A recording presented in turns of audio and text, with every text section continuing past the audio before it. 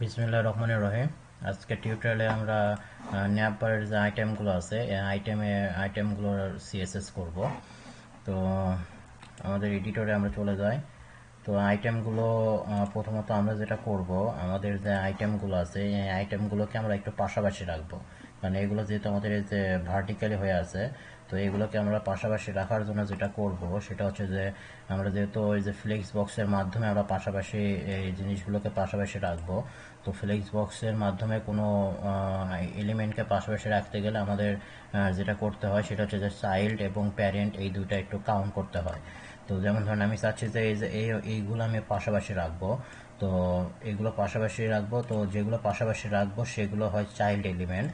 আর এই child element যেগুলো যার ভিতর থাকে সেটা হচ্ছে যে প্যারেন্ট এলিমেন্ট।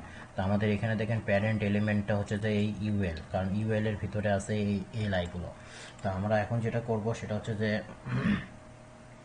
আমাদের যে এই যে ইউএল আছে এই ইউএল এর ভিতরে আমরা ডিসপ্লে ফ্লেক্স প্রপার্টি ব্যবহার করে এইগুলোকে আমরা পাশাপাশি রাখবো। তো ইউএল এর আমি একটা ক্লাস ধরতেছি। ধরুন আমি ক্লাস দিলাম নেভার মেনু।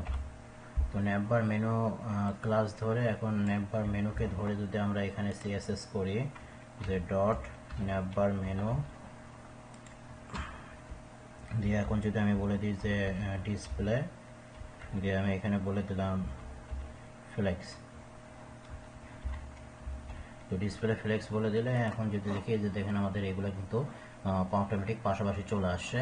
আর এগুলোর যে লেফট পাশে দেখেন একটু বুলেট আছে, তো এই বুলেটগুলো যদি আমরা রিমুভ করতে চাই তাহলে আমাদের প্রপার্টি ইউজ করতে হবে হচ্ছে যে লিস্ট স্টাইল। লিস্ট স্টাইল দিয়ে আমরা বলে দিব যে নাম। তো লিস্ট স্টাইল যদি নাম দিই তাহলে আমরা দেখব যে বুলেটগুলো কিন্তু আমাদের রিমুভ হয়ে গেছে। আর আমাদের এই প্রজেক্টের মেনুগুলো কিন্তু এই যে ভার্টিক্যালি কিন্তু এইভাবে নিচে নিচে আছে। তো এখন এটা করার জন্য আমরা যেটা করব সেটা হচ্ছে যে এই যে মেনুগুলো যে ডিবের ভিতরে আছে, আমাদের মেনুর আইটেমগুলো যে ডিবের ভিতরে আছে, এখন এই আইটেম মেনু ন্যাপ বার আইটেম এই ক্লাসে আমি যেটা করব সেটা হচ্ছে যে আমাদের যে টেক্সটের যে রাইটিং মোডটা, মোট কথা এখানে যে আমাদের মেনুর আইটেমগুলো যে ভার্টিক্যালি হয়ে আছে এটা হচ্ছে যে আপনার রাইটিং মোডটা চেঞ্জ করা আছে। তো সিএসএস এর একটা প্রপার্টি আছে রাইটিং মোড। তো এই রাইটিং মোড যদি আমরা ব্যবহার করি, রাইটিং মোড প্রপার্টি ব্যবহার করে আমরা যদি এর ভ্যালু দিই, ভ্যালু যদি দিই হচ্ছে যে যেহেতু আমাদের মেনুর আইটেমগুলো ভার্টিক্যাল আছে, যে ভার্টিক্যাল লেফট রাইট, তো এটার আরও অনেক ভ্যালু আছে যে vertical right left horizontal top bottom এইরকম কিছু ভ্যালু আছে। তো আমরা রাইটিং মোড দিয়ে আমরা ভ্যালু দিলাম হচ্ছে যে ভার্টিক্যাল লেফট রাইট। তো ভার্টিক্যাল লেফট রাইট দিলে এই যে দেখেন আমাদের কিন্তু এখন এই মেনুর আইটেমগুলো কিন্তু ভার্টিক্যালি কিন্তু পজিশন হয়ে গেছে। তো এখন আমাদের আরেকটা কাজ যেটা করতে হবে সেটা হচ্ছে যে এই আইটেমগুলোকে আমরা সেন্টারে নিয়ে আসবো। তো আইটেমগুলোকে সেন্টারে নিয়ে আসতে গেলে আমাদের যেটা করতে হবে সেটা হচ্ছে এই যে লিস্টের ভিতরে যেহেতু আমাদের এই টেক্সটগুলো আছে, এখন এই টেক্সটগুলোকে আমি চাচ্ছি আমাদের সেন্টারে নিয়ে আসবো। তো আমি এই লিস্টগুলোর আগে সিলেক্ট করে নিয়ে আমি এখানে সিএসএস করব। তো লিস্টগুলোকে যদি আমি সিলেক্ট করতে চাই তাহলে লিস্টগুলো আছে আমাদের নেভার মেনুর ভিতরে। তো আমি এখানে এইভাবে লিখতে পারি যে প্রথমত হচ্ছে যে এই ডিসেন্ডিং যে সিলেক্টরটা আছে সেটা আমি নিচ্ছি যে নেভার মেনু, তারপরে নেভার মেনুর ভিতরে আছে হচ্ছে যে এলআই। তো এলআইকে সিলেক্ট করে আমি ধরুন এলআই এর একটা ওয়াইড দিয়ে আমি যে ওয়াইড হয়তো ওয়াইড দিলাম, ধরুন আমি চাচ্ছি যে এখানে ওয়াইডটা নিব আমি 100%, এই এলআইগুলোর ওয়াইড 100%, মানে আমার যে এই যে ন্যাপবারের যে ওয়াইডটা আছে সেটার মানে পুরোপুরি 100% নেব। তো এটার ন্যাপবারের ওয়াইড বোধহয় আমরা দিয়েছিলাম হচ্ছে যে 80 পিক্সেল, এই যে 80 পিক্সেল। তো আমরা এখানে এলআই এর ওয়াইডগুলো আমি দিয়ে দিলাম হচ্ছে যে 80 পিক্সেল। আর এটা দেখার জন্য আমি জাস্ট বর্ডার ইউজ করতেছি।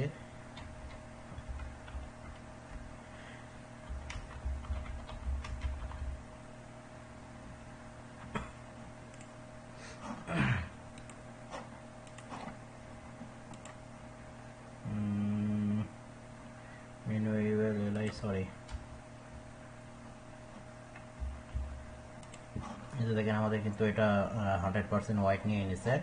এখন আমি এইগুলোকে যদি ভার্টিক্যালি যদি সেন্টারে নিয়ে আসতে চাই, তাহলে আমাকে যেটা করতে হবে সেটা হচ্ছে যে এখানেও আমি যেটা করব সেটা হচ্ছে যে দেখেন এই লাইনের ভিতরে যেহেতু এই যে এইগুলো আছে, তো এইগুলোকে যেহেতু আমি সেন্টারে নিতে চাচ্ছি, তো এখানে আমি যেটা করব সেটা হচ্ছে যে এইগুলোকে যদি আমরা এই ডিসপ্লের মাধ্যমে যদি সেন্টারে নিতে চাই,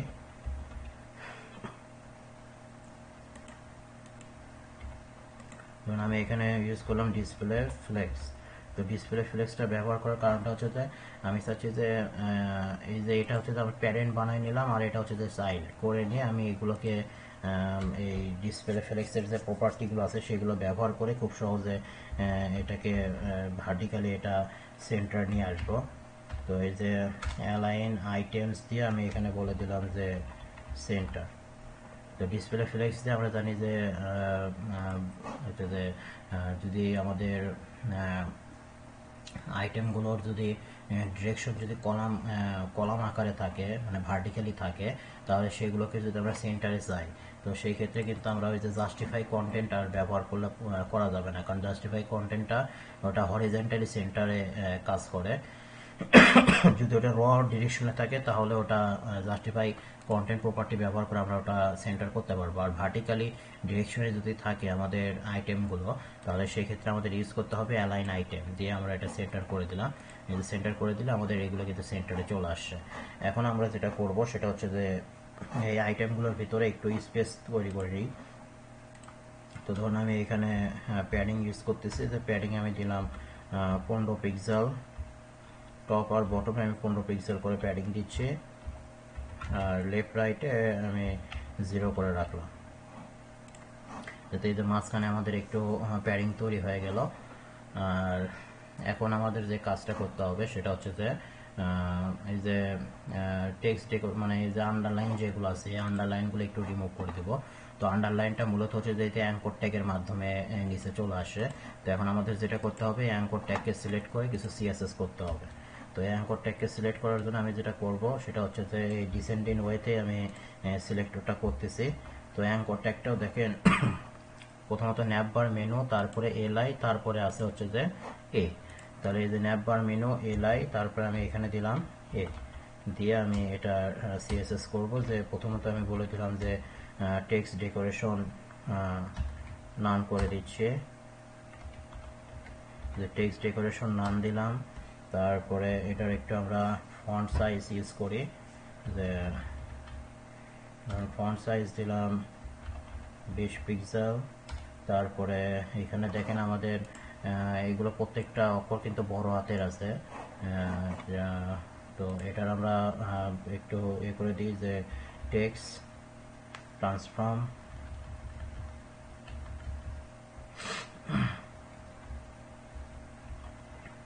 যেমন টেক্সট ট্রান্সফর্ম দিলাম আমি হচ্ছে যে upper case, text transform upper case দিলাম। তারপরে এই টেক্সটের একটু কালার চেঞ্জ করি, যে কালার ধরুন আমি দিই এইরকম একটা কালার আমি ইউজ করব। তো এখানে আমরা কালার দিয়ে দিলাম।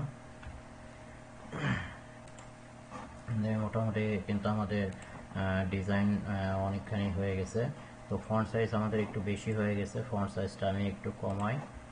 ফন্ট সাইজ ধরুন 16 পিক্সেল করে দিই। এখন মোটামুটি আছে। আর প্যাডিংটাও একটু বেশি হয়ে গেছে, প্যাডিং প্যাডিং প্যাডিং প্যাডিং আমি 10 পিক্সেল করে দিলাম। এখন ঠিক আছে মোটামুটি। আর এখন আমাদের যেটা করতে হবে সেটা হচ্ছে যে আমাদের এই টেমপ্লেটে দেখেন এই যে লেফট পাশে রাইট পাশে আমাদের কিন্তু এইরকম একটা বর্ডার আছে।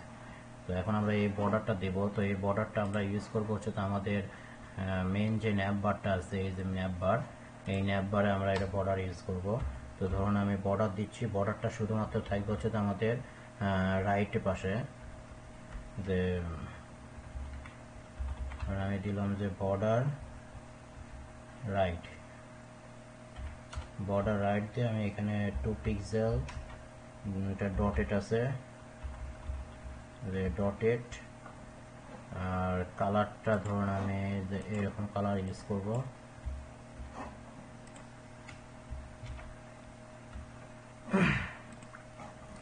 দিলে এই যে আমাদের এই পাশে কিন্তু আমাদের এটা চলে আসে। আর এখান থেকে আমরা এই যে এখানে বর্ডার ইউজ করছিলাম জাস্ট এক্সাম্পলটা দেখার জন্য। বর্ডারটা আমি তুলে দিচ্ছি, এর বর্ডার তুলে দিলাম। আর 2 পিক্সেল এত, আচ্ছা 2 পিক্সেল ডটেড, আচ্ছা ড্যাশ দিয়ে আমরা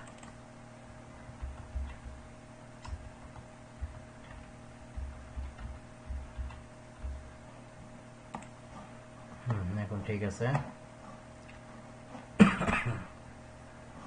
তো মোটামুটি আমাদের মেনুর কাজটা মোটামুটি শেষ। এখন এখানে আরেকটা কাজ আমরা করি, সেটা হচ্ছে যে ব্যাকগ্রাউন্ড হোয়াইট কালার দিয়ে রাখি।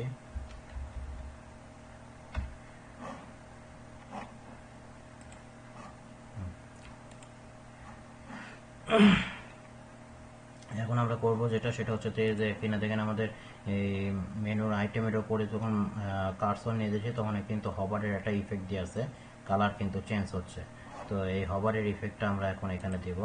তো হভারটা যেহেতু আমরা এই যে অ্যাঙ্কর ট্যাগের উপরে গেলে, এই যে মানে টেক্সটের উপরে গেলে কিন্তু আমাদের হভারটা হচ্ছে। তো এই টেক্সটটা কিন্তু আমাদের আছে হচ্ছে যে এই অ্যাঙ্কর ট্যাগের ভিতরে, এই যে টেক্সটগুলো আছে হচ্ছে যে অ্যাঙ্কর ট্যাগের ভিতরে। তো এখন আমাদের হভারটা অ্যাপ্লাই করতে হবে কিন্তু আমাদের এই অ্যাঙ্কর ট্যাগের উপরে। তো অ্যাঙ্কর ট্যাগের সিলেক্টরটা হচ্ছে তো আমাদের এইটুকু। ধরুন আমি এখানে এই যে অ্যাঙ্কর ট্যাগের সিলেক্টরটা নিলাম, নেওয়ার পরে তারপরে কোলন দিয়ে আমি এখানে বলে দিলাম যে হভার। তো কোনো এলিমেন্টের ওপর যদি আপনি হভারের ইফেক্ট দিতে চান, তাহলে প্রথমত আগে আপনাকে সেই এলিমেন্টের সিলেক্টরটা নিতে হবে, তারপরে কোলন দিয়ে বলে দিতে হবে হভার। দিয়ে ধরুন হভারের সময় আমি কি চাচ্ছি, হভারের সময় আমি চাচ্ছি যে কালারটা আমাদের চেঞ্জ হবে। তো ব্ল্যাক কালার আছে কিন্তু হভারের সময় কালার হবে এইরকম। তো আমি এখানে এই কালারটা দিয়ে দিলাম। এখন যদি আমরা এর উপর নিয়ে যাই, এই যে দেখেন আমাদের হভারের সাথে কিন্তু আমাদের কালারটা চেঞ্জ হচ্ছে। তো মোটামুটি আমাদের ন্যাপবারের ডিজাইনটা আমাদের শেষ। পরবর্তী টিউটোরিয়ালে আমরা আমাদের এই যে হেড সেকশনের ডিজাইন নিয়ে কাজ করব। তো আজকের টিউটোরিয়ালে এইটুকুই, ধন্যবাদ।